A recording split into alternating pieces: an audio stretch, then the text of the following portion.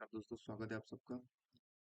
Vision IAS test series 2024 IAS pre के लिए हिंदी में टेस्ट नंबर है 5। भारत का इतिहास एवं कला संस्कृति से संबंधित प्राचीन भारत का इतिहास होगा और साथ ही साथ मध्यकालीन भारत का इतिहास होगा। आर्ट एंड कल्चर से क्वेश्चन होंगे इस सीरीज में। चलिएगा शुरू करते हैं हम लोग बेहतरीन क्वेश्चंस के साथ। और ये पूरी की पूरी सीरीज है जिसे आप बेहतर ढंग से अपनी तैयारी के लिए देख सकते हैं, जहाँ पर हमारा ये टारगेट है कि हम जो है विजन के जो टेस्ट हैं उनको आपको सॉल्व करा दें। विजन आईएएस के जो क्वेश्चंस हैं, इसमें आपके जो टेस्ट सीरीज है उसमें 35 टेस्ट हैं और ये हमारा जो टेस्ट नंबर है 4130, यानी कि ये हमारा 5वें नंबर का टेस्ट पेपर है। और ये आपका हिस्ट्री से संबंधित, अब तक हमने 4 कर लिए थे। आज की क्लास में भी हम नियर अबाउट 20+ क्वेश्चन करेंगे और बाकी के 100 में से जो क्वेश्चन रह जाएंगे उन क्वेश्चन के लिए आपको पेड बैच ज्वाइन करना पड़ेगा। अगर आपको बेहतर लगता है सीरीज तो आप ज्वाइन कर सकते हैं।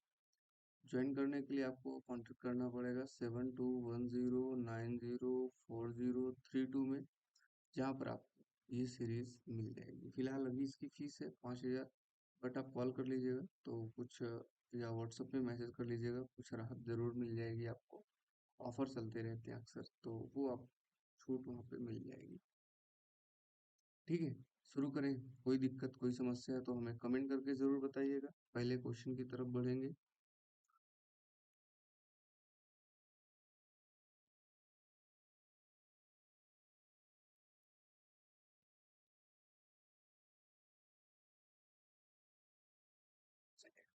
पहला क्वेश्चन आपके सामने है, हड़प्पा प्रौद्योगिकी और शिल्प के संदर्भ में निम्नलिखित कथनों पर विचार करें। हड़प्पा संस्कृति के बारे में विचार करना है। जब भी कभी हड़प्पा से क्वेश्चन आएगा तो सबसे पहले इसके टाइम के बारे में याद होना चाहिए। तो टाइम आपको याद रखना है 2350 से 1750 बीसी का जो टाइम है ये इसके लिए सबसे अच्छा टाइम है। और हड़प्पा सभ्यता का जो क्षेत्र, देखो हड़प्पा में हरा शब्द अगर आप याद रखेंगे तो हड़प्पा जो है वो रावी नदी के किनारे है। किस नदी के किनारे है? रावी, सॉरी इधर हो गया, रावी नदी के किनारे है। किस नदी के किनारे है? रावी नदी के किनारे। और अब बात करें हड़प्पा के बारे में तो कहाँ कहाँ फैली है? इंडिया में है, पाकिस्तान में है, अफगानिस्तान में है। भारत में कहाँ कहाँ पे है? जम्मू कश्मीर में है, पंजाब में है, राजस्थान में है, गुजरात में है। अभी उत्तर प्रदेश में भी नए क्षेत्र खोज लिए गए हैं। और इसके अलावा कई ऐसे एविडेंस अब केरल में भी मिल रहे हैं जो इसे जोड़कर देखने लायक हैं, लेकिन अभी उस पर पूरी तरह से सहमति नहीं बनी है। तो जब बनेगी तब देखा जाएगा। फिलहाल ये क्षेत्र आपको याद रखने हैं, हड़प्पा के संबंधित जो भी क्षेत्र है। और नदियों वगैरह के नाम भी पूछ लेता है कि किस नदी के किनारे कौन सी सभ्यता है, जैसे चनहूदड़ो किस नदी के किनारे है, मोहनजोदड़ो किस नदी के किनारे है। ये आपके सिंधु नदी के किनारे है। अच्छा, इसे हम शहरी सभ्यता कहते हैं क्योंकि इसमें 7 बड़े शहरों के प्रमाण प्राप्त हुए हैं। अब जो लोग शहर में रहते थे उन लोगों ने कौन कौन से कार्य किए, इस पर हम यहाँ पे डिस्कस करने वाले हैं। आइएगा। हड़प्पाई लोग हथियार बनाने के लिए केवल लोहे, देखो जब भी कभी केवल शब्द आ जाए तो उसे 99% टाइम पे हटा देना है, मतलब वो सेंटेंस गलत है। वैसे हड़प्पा सभ्यता के लोग लोहे का प्रयोग नहीं करते थे। लोहे का जो खोज और प्रयोग है ये आपके ऋग्वैदिक समय से जुड़ा हुआ है। किसे जुड़ा हुआ है? ऋग्वेद के समय से लोहे के आविष्कार और उसके प्रयोग से संबंधित है। तो ये तो गलत हो जाएगा। हड़प्पाई लोग नाव बनाना जानते थे, बिल्कुल सही बात है। और हड़प्पाई लोग कुम्हार के चाक के बारे में जानते थे, तभी वो अपने बर्तनों को बिल्कुल गोल आकार दे पाते थे। बिल्कुल सही बात है। ये लोग अपने चाक के बारे में भी जानते थे, मनका बनाना जानते थे। यज्ञ वेदी के भी कुछ प्रमाण यहाँ पे प्राप्त हुए हैं। तो पहला गलत है और पहले के साथ साथ का दूसरा तीसरा सही है। B is the correct answer हो जाएगा। ठीक है। और हड़प्पा के बारे में तो अभी बहुत सारे क्वेश्चंस आएंगे, जैसे क्वेश्चन आते जाएंगे वो मैं आपको सारे के सारे करवाता जाऊंगा। पीछे कुछ दिन पहले मैंने बहुत सारे शॉर्ट ट्रिक भी कराए थे, अगर आपने देखा हो तो शॉर्ट ट्रिक भी ध्यान रखेंगे। जैसे एक और बता देता हूँ, हरा बताया तो एक और बता देता हूँ, सिंधु चमको। शॉर्टकट है सिंधु चमको। लिख लीजिएगा अपने कॉपी में। सिंधु नदी के किनारे चनहूदड़ो है, मोहनजोदड़ो है और कोट दीजी है। कोट दीजी, ये तीन प्रमुख शहर जो है सिंधु नदी के किनारे बसे हुए हैं। हड़प्पा रावी नदी किनारे, सिंधु नदी के किनारे नहीं है। आइए आगे चलते हैं। वैशेषिक दर्शन प्रणाली। वैशेषिक दर्शन प्रणाली मतलब इसके फाउंडर जो हुए हैं उलूग कणाद। कौन है? उलूग कणाद। जैसे नाम कण है तो वैसे ही इन्होंने चीजों में भी जो मूल तत्व है उसकी खोज की। और इसलिए वैशेषिक दर्शन काफी चर्चा में रहा। अंत में आया मीमांसा और वैशेषिक जो है दर्शन, ये अंतिम दर्शन में से है। भारत में षड दर्शन का कॉन्सेप्ट मिलता है। और ये जो षड दर्शन, इसमें षड का मतलब होता है छह। छह दर्शन जैसे सांख्य, मीमांसा और आपका योग, वैशेषिक, इस तरह की ये छह आपको मिल जाते हैं। इन्हें षड दर्शन कहते हैं। भारत की फिलॉसफी है जो कि आपको उपनिषदों में देखने को मिल जाएगी, वेदों के बाद के समय में देखने को मिल जाएगी। यह घोषणा करती है कि मोक्ष ब्रह्मांड की परमाणु प्रकृति और आत्मा से इनकी भिन्नता को पूरी तरह से पहचानने पर निर्भर करता है। ये दो चीजों की बात कर रहा है, प्रकृति और आत्मा की, अर्थात द्वैतवाद से संबंधित है। द्वैतवाद से संबंधित है। यह अवयवों को तीन मूल तत्व, तो आपको भी पता है कि तीन मूल तत्व नहीं होते, पांच मूल तत्व होते हैं। कितने होते हैं? पांच मूल तत्व होते हैं, जिनमें से आपका भूमि, जल, वायु, अग्नि और आकाश। तो ये आपका गलत हो जाएगा, पहला सही हो जाएगा। ए इज द करेक्ट आंसर। अच्छा, इसका भी एक शॉर्टकट है कि इन दर्शनों की स्थापना किसने की थी। जैसे एसके एंड जेपी आर पिगनाउ। देखो, ये वैशेषिक, ये उलूग कणाद, ये दो हो गए वैशेषिक, उलूग कणाद, इसके मतलब फाउंडर। और आपका न्याय का गौतम ऋषि हो गए, योग का पतंजलि हो गए, और सांख्य का कपिल मुनि हो गए। और क्या था, एसके एंड जेपी, जे से क्या होता है? जेमिनी। और पीछे कुछ एक बनेगा, अभी थोड़ा सा ध्यान नहीं आ रहा है। पीछे क्या बनेगा? पूर्व मीमांसा जेमिनी, जेमिनी पूर्व मीमांसा। जेमिनी पूर्व मीमांसा हो गया। एक, दो, तीन, चार, पांच। बचा आपका आर। ए और आर। रा से क्या बनेगा? आ और रा। ये एक बार देख लीजिएगा, आर से ये ए और रा से एक जो छठा है वो इसी से बनेगा। ठीक है, चलो आगे चलते हैं। लेकिन बट ये शॉर्ट ट्रिक अच्छा है, एसके जेपीआर पिगनाउ। 17वीं शताब्दी के दो भाई, मदन्ना और अकन्ना, ये गोलकुंडा सुल्तान के यहाँ पे थे। इस राज्य के राजनीतिक रूप में उभरे। गोलकुंडा सल्तनत में ये उभरे थे।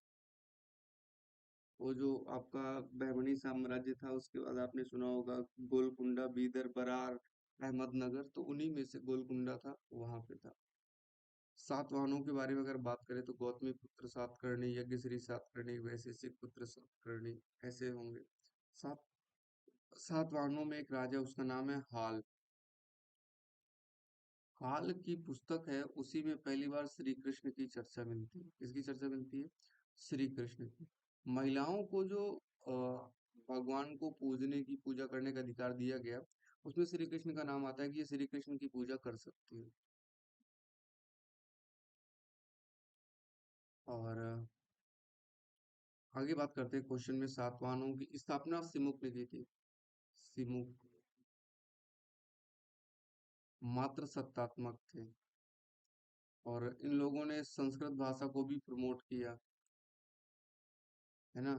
और गांव में भी काफी कुछ ध्यान रखा इन लोगों ने। कुल मिला के सातवाहनों को आंध्र भी कहा जाता है, क्योंकि आंध्र प्रदेश वाले क्षेत्र में थे, पावरफुल थे, काफी काफी ज्यादा पावरफुल सातवाहन शासक थे। और ये सातवाहन शासक जो है, ये अशोक के समय और उसके बाद में आपको 300 के बाद देखने को मिल जाते हैं सातवाहन। देखते हैं भाई क्या क्या सही। सातवाहनों ने ब्राह्मणों को कर मुक्ति, ग्राम दान देने की प्रथा आरंभ की। बिल्कुल सही बात है। बहुत से ऐसे अभिलेख मिले हैं ताम्र के पत्र में लिखे हुए कि ब्राह्मणों को दान दिया गया है भूमि। सातवाहनों की राजकीय भाषा प्राकृत थी। बिल्कुल सही बात है, संस्कृत को प्रमोट किया था, बट इनकी राजकीय भाषा प्राकृत थी। संस्कृत भी था, खूब अच्छे से याद रखेंगे। इन्होंने ज्यादातर सोने के नहीं, शीशे के सिक्के जारी किए थे। किसके सिक्के? शीशे के सिक्के जारी किए थे। ये गलत है। और छल्लेदार कुआं भी इनकी पहचान है। छल्लेदार कुआं, इनसे पानी निकाला जाता है। छल्लेदार कुआं भी इनकी पहचान के रूप में जाना जाता है। ठीक है, आगे चलते हैं अगले क्वेश्चन में। क्वेश्चन नंबर 3 देखते हैं क्या है भाई। प्राचीन भारत के संदर्भ में निम्नलिखित पुस्तकों में से कौन सी भारत के बारे में वर्णन करती है? टालमी, ज्योग्राफी, प्लिनी, नेचुरल हिस्टोरिका और पेरिप्लस ऑफ द एरिथ्रियन सी। ये जो भी पुस्तकें हैं ना, ये सारी की सारी पुस्तकों का संबंध भारत के भी इतिहास से है। अगर आपने नाम सुना हो सिकंदर, तो सिकंदर का जो आक्रमण हुआ, वो आक्रमण के साथ साथ बहुत सारे वो अपने साथ वैज्ञानिक विचारक भी लेकर आया था।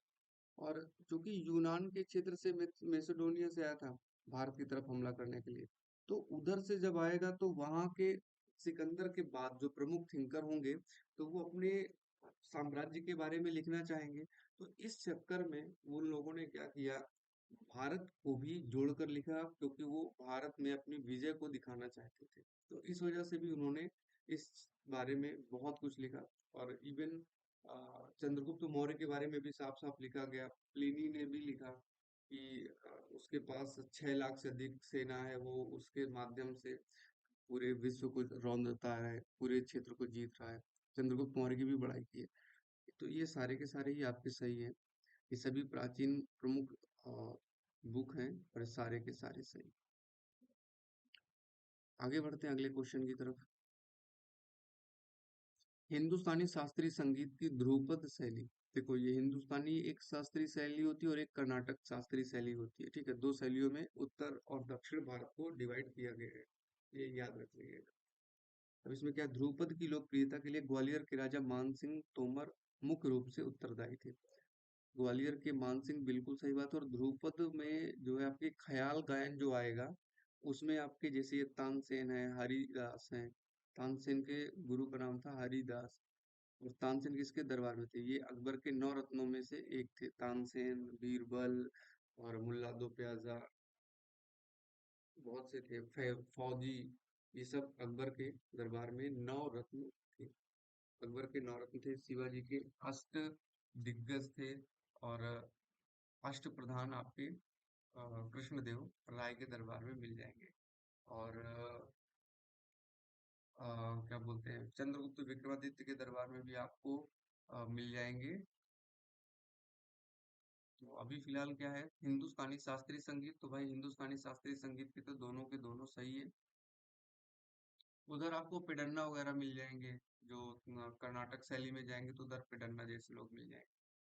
उत्तर वैदिक काल के संदर्भ में निम्नलिखित कथनों में से कौन सा सही नहीं है? उत्तर वैदिक काल के संदर्भ में कौन सा सही नहीं? देखो, उत्तर वैदिक काल, यहाँ पे जो इन्होंने लिखा है मैं आपको बता दूं। जैसे वैदिक काल है, तो वैदिक काल को दो पार्ट में डिवाइड करते हैं। एक तो शब्द आता है पूर्व वैदिक काल, और एक आता है उत्तर वैदिक काल। तो यहाँ पे इस क्वेश्चन में मुझे थोड़ा सा बेहतर अ, समझ में नहीं आ रहा। क्वेश्चन में इनसे शायद मिस्टेक हुई है, जो भी हुआ। बट वैदिक काल को जो हम डिवाइड करते हैं, तो एक आपका उत्तर वैदिक काल होता है जो कि पहले का है, और एक पूर्व वैदिक काल है जो कि बाद का है। और इसके बाद आपको मिलेगा कौन सा? इसके बाद आपको मिलेगा वैदिक काल के बाद क्या बोलते हैं उसे, 16 महाजन, 600 BC।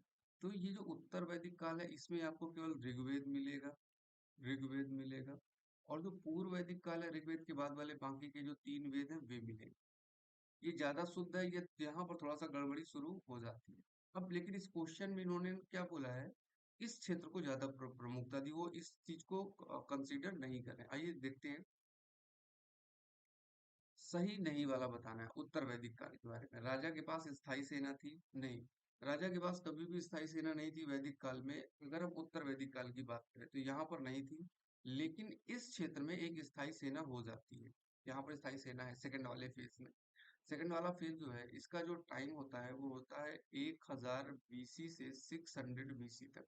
और इसका टाइम कब से कब होता है? इसका टाइम लगभग 1600 BC से 1000 BC तक का टाइम होता है वैदिक काल का। समाज चार वर्ण में विभक्त हो गया था, बिल्कुल समाज चार वर्ण में विभक्त नहीं हुआ। चौथा वर्ग जो आता है वो 600 बीसी में आता है, जिसे बोलते हैं शूद्र। उसके पहले तक शूद्र वर्ण का जो चार वर्ण थे वो उसमें विभाजित नहीं थे। अगला, यज्ञ की दक्षिणा में भूमि दान की प्रथा उत्तर वैदिक काल में प्रचलित नहीं हुई थी। ये बात सही है, ना उत्तर वैदिक काल में था ना पूर्व वैदिक काल में। यज्ञ में भूमि दान वगैरह की पद्धति ज्यादा नहीं थी। देवताओं की आराधना के लिए यज्ञ एवं अनुष्ठान प्रमुख हो गए। अब देखो, उत्तर वैदिक काल में जो यज्ञ किए जाते थे वो देवता के लिए नहीं किए जाते थे, बल्कि ये यज्ञ किए जाते थे स्वयं की समृद्धि के लिए। क्या किए जाते थे? स्वयं की समृद्धि के लिए, स्वयं के स्वास्थ्य रहने के लिए यज्ञ किए जाते थे। हालांकि पूर्व वैदिक काल जो कि बाद में आता है, उसमें इसका प्रयोग जरूर किया जाता है। तो यहाँ उत्तर वैदिक काल है, तो ये भी आपका गलत है। तो मेरे हिसाब से तो ये तीन ऑप्शन गलत है और एक ऑप्शन सही है। बट इन्होंने क्या किया है, इन्होंने इस पूरे सेगमेंट को ऐसे ट्रीट ही नहीं किया है, इन्होंने वैदिक काल में ये वाला प्रमुख माना है। और इस क्षेत्र इन्होंने कहा राजा के पास स्थायी सेना थी, इसको इन्होंने गलत किया कि राजा के पास स्थायी सेना नहीं है। तो अकॉर्डिंग टू विजन आपका ए ऑप्शन सही है, और मेरे हिसाब से इसमें के तीन ऑप्शन सही। चलते हैं आगे। मौर्य काल की कृषि के संदर्भ में, अब मौर्य काल में आपको राजा कौन से मिलेंगे? एक तो चंद्रगुप्त मिल जाएंगे, एक आपको बिंदुसार मिल जाएंगे, एक आपको अशोक मिल जाएंगे, इसके बाद दशरथ मिल जाएंगे, बृहदत्त, इनका अंतिम राजा मिल जाएगा। कृषि के संदर्भ में विचार कीजिएगा। मौर्य राज्य कृषि की भरपाई के लिए सिंचाई, विनियमित जल पूर्ति की व्यवस्था करता था। सिंचाई की व्यवस्था का पूरा उल्लेख है। और जब सिंचाई नहीं हो रही थी, सूखा पड़ रहा था, तो चंद्रगुप्त मौर्य कहाँ चला गया था? चंद्रगुप्त मौर्य दक्षिण में अंतिम समय में चला गया था। और इसके जो अभिलेख मिले हैं बोगरा से, सोम और गोरखपुर से, वेस्ट बंगाल से, कुछ घड़े में है, कुछ ताम के पत्ते में है। उनमें इसने बताया है कि हमारे यहाँ पे लगभग 2 साल का विकराल सूखा पड़ा है, और उस समय हमने लोगों की मदद के लिए अपने अन्नागार खाली कर दिए। मौर्य राज्य में दासों को कृषि कार्य में संलग्न किया जाता, तो अब राजा है तो कृषि कार्य में दासों को लगाना ही है। जंगल की भूमि को कृषि के अंतर्गत लाने के लिए नए किसानों को कर में छूट दी गई, तथा मवेशी, बीज और धन की आपूर्ति की गई, तभी तो कृषि हो। सही बात। आइएगा आगे देखते हैं। ऋग वैदिक काल के संदर्भ में निम्नलिखित पर विचार कीजिएगा। आ जाओ भाई, ऋग वैदिक काल में जब वेद था तब की बात यहाँ पे अभी आपको करनी है। ऋग वैदिक काल में महिला दासियों का प्रचलन था, बिल्कुल ठीक है, महिला दासी, क्योंकि आप अगर पढ़ेंगे सातवां जो कांड है, तो उसमें आप पढ़ेंगे कि एक दास राज युद्ध हुआ है। अब दास राज युद्ध में जाहिर सी बात है, कुछ इसमें जो है आर्य होंगे, कुछ अनार्य होंगे। जो अनार्य थे वो दास दासियों को कहा जाता था, तो खूब चर्चा इसकी। ऋग्वैदिक काल में भूमि एक सुस्थापित संपत्ति थी। भूमि नहीं, गाय। कौन सी थी? गाय। और आप कह सकते हो जानवर। कृषि की अगर हम बात करें तो कृषि आपका एक तो वैदिक काल में मिलेगा, भूमि, और इसके अलावा आपको मिलेगा वहां पे गुप्त काल में। वैदिक काल के तो लोग तो वैसे भी इधर उधर चलते रहते थे, गांव भी बनाकर ठीक ढंग से नहीं रहते, इधर उधर प्रस्थान करते रहते। ऋग्वैदिक काल में बाल विवाह का व्यापक रूप से प्रचलन था, गलत है। बाल विवाह का प्रचलन नहीं था। अगर आप पढ़ेंगे तो वहां पे बिंबा, लोकमुद्रा, घोषा, पाला ऐसी महिलाओं विदुषियों के नाम मिलते हैं। और शादी का प्रमाण ये मिलता है कि अ, यौनावस्था के साथ शादी होती थी, बचपन में बाल विवाह नहीं होता। बाल विवाह की अगर हम बात करें तो बाल विवाह का ये कॉन्सेप्ट अभी भारत में जो बाल विवाह का अधिनियम है, कि अगर लड़का है तो 21 साल, और लड़की है 18 साल से पहले शादी होती है, उसे बाल विवाह में काउंट किया जाएगा। गुप्त काल के संदर्भ में निम्नलिखित में से कौन सा चंद्रगुप्त द्वितीय के दरबारी कवि थे? चंद्रगुप्त द्वितीय, चंद्रगुप्त विक्रमादित्य के नाम से भी जाना जाता है। इसके प्रमुखों में से रवि कीर्ति तो एहोल अभिलेख वाला है। एहोल अभिलेख, ये तो नहीं है एहोल अभिलेख, ये उधर दक्षिण भारत का है। अमर सिंह है, कालिदास है, बेताल भट्ट है, बेताल भट्ट,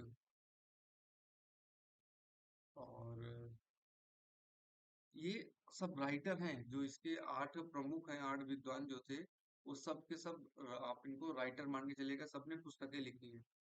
2 और 3 सही है। और कुछ नाम आपको बता देता हूँ, देखो मुझे थोड़ा सा याद करने दो। आ,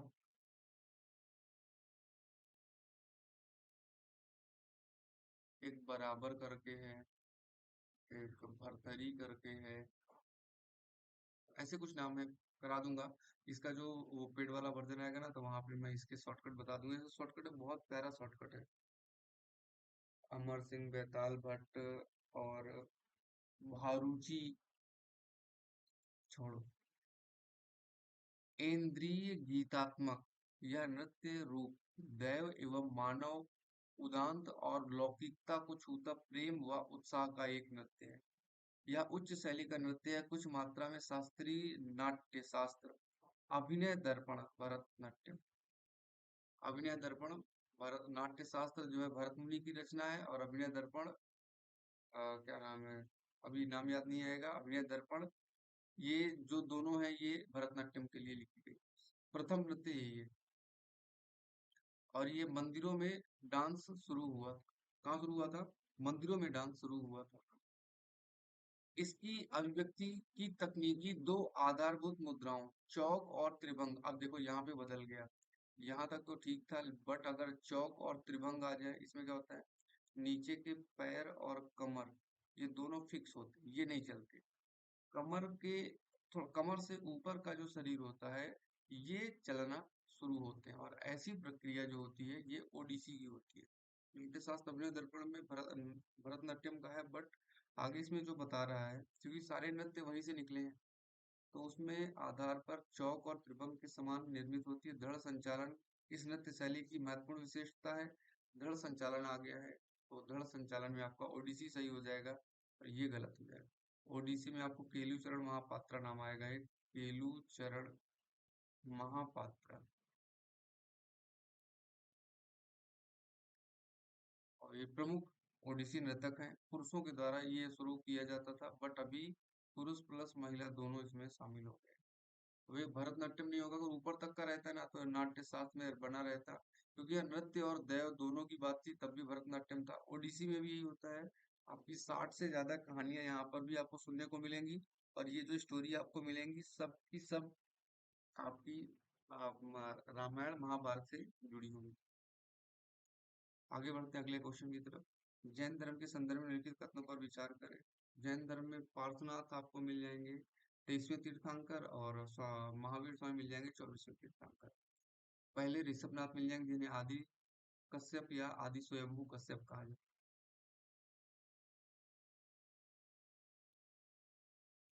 इनके बारे में क्या है, 5 आर्य सत्य थे जो कि महावीर स्वामी ने 5वां दिया था। उसके पहले 4 जो है पार्श्वनाथ ने दिए थे। झूठ नहीं बोलना है, पैसे ज्यादा इकट्ठे नहीं करने हैं, और चोरी नहीं करना है, जीव हत्या नहीं करना। फिर पांचों ब्रह्मचर्य महावीर स्वामी ने जोड़ दिया। इसने देवताओं के अस्तित्व को अस्वीकार नहीं, देवताओं के अस्तित्व को स्वीकार किया, बट जिन के नीचे स्वीकार किया। जिन के बाद ईश्वर आता है, तो ये गलत हो जाएगा। बौद्ध धर्म के विपरीत इसने वर्ण व्यवस्था की निंदा की। बौद्ध धर्म के विपरीत वर्ण व्यवस्था की निंदा की। बौद्ध धर्म में तो किसी को मध्यम मार्ग में थे, बट इसने जो है वर्ण व्यवस्था की थोड़ी सी निंदा की। वर्ण व्यवस्था मतलब कि जैसे बौद्ध, सॉरी जनरल वाले, जैसे आपके ब्राह्मण क्षत्रिय वैश्य शूद्र जो है इसकी। अच्छा, आपको जैन धर्म के जो लोग मिलेंगे सब मैक्सिमम आपको व्यापारी मिलेंगे, ठीक है। वो कृषक भी नहीं होते हैं, और राजा तो होते ही नहीं है, और ब्राह्मण का कोई मतलब नहीं। इनका उद्देश्य सांसारिक बंधनों से मुक्ति प्राप्त करना। इनका उद्देश्य सांसारिक बंधनों से मुक्ति प्राप्त करना नहीं है, निर्वाण की प्राप्ति है। समाज में रहते हुए भगवान की प्राप्ति करना है। ये तो गलत है, ये दो। हाँ, 3 कौन सा सही हो जाएगा इसका? 10।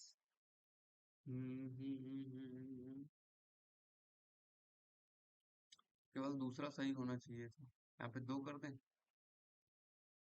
अच्छा, उपग्रह इंटरनेट या अंतरिक्ष आधारित इंटरनेट के संदर्भ में निम्नलिखित कथनों पर विचार करें। अभी एक व्यक्ति है, उसका नाम क्या है? Elon Musk. एलन मस्क ने क्या किया, स्पेस एक्स के माध्यम से एक अपनी व्यवस्था शुरू की इंटरनेट की।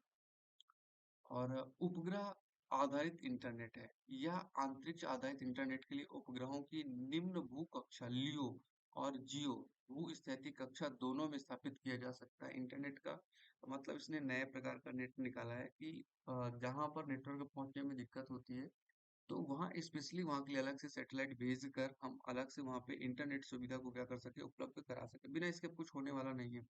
डीटीएच के प्रसारण के विपरीत यह दो तरफा संचार होता है। डीटीएच में क्या होता है, इधर से आपका गया, जब गया इधर से रेडियो वेव्स गई सैटेलाइट में, सैटेलाइट से हमारे घर की टीवी में आ गई। ये एक एक तरफा हो गया कि एक साइड से गया। लेकिन जब आप उपग्रह मोबाइल फोन का यूज करते हैं तो वहां पे क्या होता है, जिस साइट से इंटरनेट मिला आपके मोबाइल में आया, बट ये जो आप एक्सेस कर रहे हो वो दूसरे के सामान को एक्सेस कर रहे हो, तो यहाँ पे आपको एक से अधिक दो तरफा संचार यहाँ पे मिल जाता है। अगला है स्टारलिंक भू-स्थैतिक आधारित इंटरनेट का उदाहरण है। नहीं, स्टारलिंक भू-स्थैतिक नहीं का है, ये जो है लियो का उदाहरण है। ये आपका गलत है। तो एक और दो सही हो जाएगा। आगे बढ़ते हैं अगले क्वेश्चन में। चलिएगा, पढ़िएगा आप लोग इस क्वेश्चन को, देखिएगा क्या आपका दिमाग इसमें कहता है। स्मारक वाले पढ़ लीजिएगा पूरा, फिर मैं आपको कराता हूँ।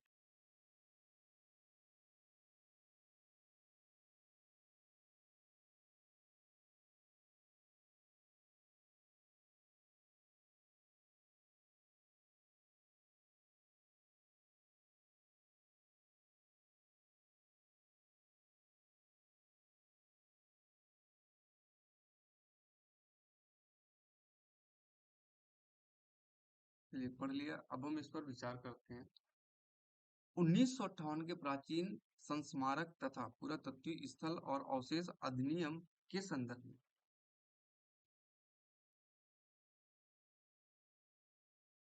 अधिनियम पुरातात्विक उत्खनन को विनियमित करता है और रूप कृतियों नक्काशियों के संरक्षण पर ध्यान देता है। बिल्कुल सही बात है। जैसे मान लीजिएगा कि ताजमहल का संरक्षण करना है, तो भाई ताजमहल के संरक्षण के लिए जरूरी है ना कि हम कोई एक अधिनियम बनाए जो उनके संरक्षण पर काम करे, तो ये बनाया गया, सही बात है। अगला है 1958 के अवशेष अधिनियम के अनुसार पुरातात्विक स्थल से ऐसा क्षेत्र प्रेरित है जिसमें ऐतिहासिक पुरातत्व महत्व के भावना अवशेष मतलब भवन के अवशेष मिले हों, परिशेष मिले हों, जो कम से कम 100 साल तक पुराना हो। कितना पुराना हो? 100 साल पुराना होगा, वो पुरातत्व में आ जाएगा। इस अधिनियम में ये गलत है हाँ।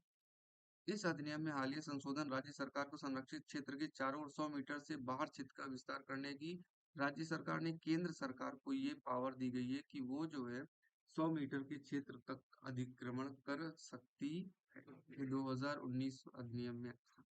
तो बाकी के दो गलत है, एक सही है। अगले पॉइंट की तरफ चलते हैं। प्राचीन भारत के संदर्भ में शब्द भुक्ति, आपका क्या था, सिक्के प्रशासनिक विभाजन। भुक्ति जो है ये क्षेत्रों के नाम थे, जमीन के नाम थे, भाग के, किसके पास कितनी भुक्ति। जैसे मान मैं एक राजा हूँ तो मैंने अपने क्षेत्र को 10 भुक्तियों में बांट दिया, या 10 स्टेट में मैंने क्या किया, इनको डिवाइड कर दिया। ये आपके गुप्त साम्राज्य में मिल जाएगा, गुप्त काल में।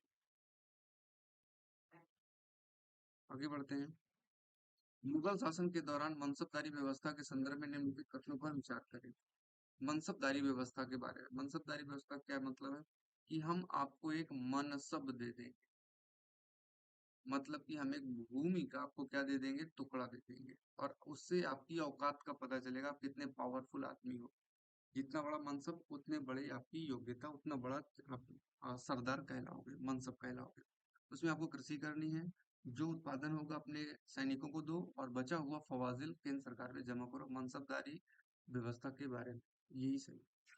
अब देखते हैं इसमें, बाबर ने तो शुरू ही नहीं किया था, इसकी शुरुआत जो है अकबर ने की थी। अकबर ने शुरुआत की थी। इस प्रणाली के तहत मनसबदारों को अपना निजी सैन्य बल बनाए रखना पड़ता था, सही है। मनसबदारों के वेतन रुपए से निश्चित किए जाते थे, उन्हें जागीर देकर भुगतान किया जाता था, ये सही है। दोनों सही है। 3 क्वेश्चन और कर लेते हैं आज की क्लास में। हड़प्पा सभ्यता के संदर्भ में निम्नलिखित कथनों पर विचार करें। हड़प्पा सभ्यता के बारे में, हड़प्पा वासी दुर्गा, दुर्गा की नहीं, लिंग पूजा करते थे, दुर्गा अम्बा काली की, इनका तो कोई नाम भी नहीं है। ये सब गुप्त काल में आपको मिलेंगे, अभी कुछ नहीं मिलेगा। केवल तो लिंग पूजा करते थे, सांप की, बैल की, कुबड़ वाला बैल है जो प्रकृति में दिखाई देता था, सूर्य की, उनकी पूजा के प्रमाण है, बाकी कोई पूजा के प्रमाण नहीं। अगला स्टार्टअप 20। ये क्या है कि जो आपका G20 की मीटिंग अभी भारत में हुई थी ना, तो उसी में से सम अप 20 20 बड़े अग्रणी 20 बड़े अग्रणी जो उद्योग करता है, एंटरप्रेन्योरशिप वाले हैं, उन लोगों को मिला के और ज्यादा विकास के लिए स्टार्टअप 20 शुरू किया गया है, जो कि G20 सदस्य देशों के 20 सबसे बड़े जो औद्योगिक उद्योग के मालिक हैं, उन लोगों को मिला के इसको शुरू किया जाना है और ज्यादा विकास के लिए। निम्नलिखित दार्शनिक पद्धतियों में से कौन सी केवल भौतिकवाद से संबंधित है? लोकायत, जिसे क्या बोलते हैं? जिसे बोलते हैं चारवाक। चारवाक दर्शन। इसमें क्या है? उधार घी लो और एक जगह पियो, एक जगह से पी के किधर निकल लो, दूसरी जगह निकल लो, आपका लोकायत हो जाएगा। तो भाई अब अगले जो इसके सीरीज होगी, आगे के जो क्वेश्चन है उनके लिए भाई आपको जुड़ना पड़ेगा, और बहुत कुछ आपको बताऊंगा, बहुत कुछ सिखाऊंगा, शॉर्टकट बहुत सारे होंगे। फिलहाल आज के लिए मुझे आगे दीजिएगा। Tata bye, take care, have a nice day.